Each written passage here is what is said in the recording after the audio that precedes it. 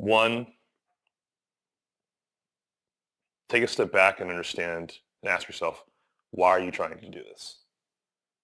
Like, why are you going down this journey of trying to achieve something so incredibly hard? For instance, my wife is trying to run the Boston, she's going to run the Boston Marathon in a couple weeks. And it's like, why are you training to run 26 and a half miles? Like in Boston, which is one of the most grueling marathons. And it was because like, oh, I just want to do it because of some totally empty reason, then you're probably going to crumble under the training that it takes to actually be able to finish the Boston Marathon.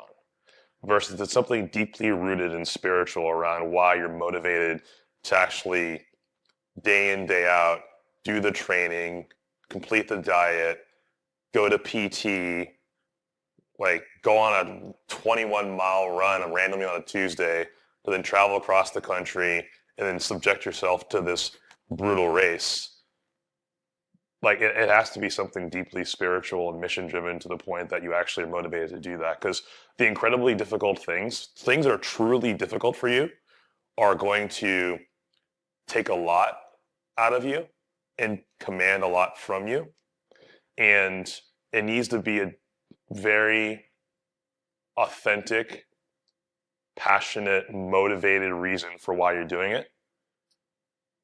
Or else, one, you'll fail at it, or you won't complete it to your best of your potential.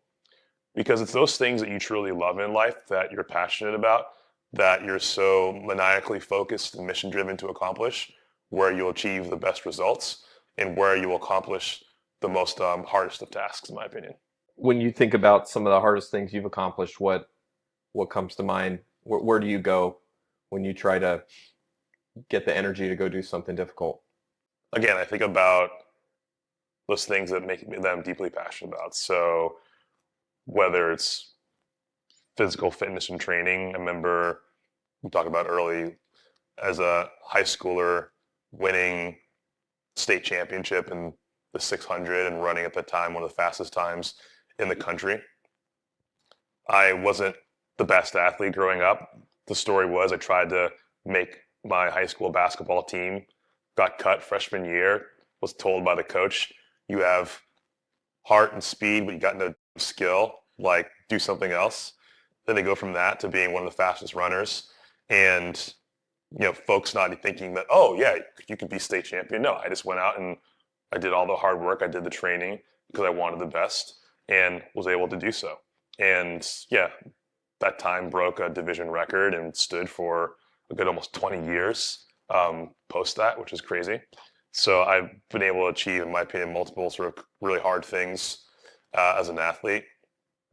Even think back to at Harvard, sophomore year, we came in last in the Ivy League. Half the team quit. I could have quit. I stayed with it and then really gave my all to it. Junior year was rebuilding year. Senior year was voted captain. And a lot of the team that quit that sophomore year came back.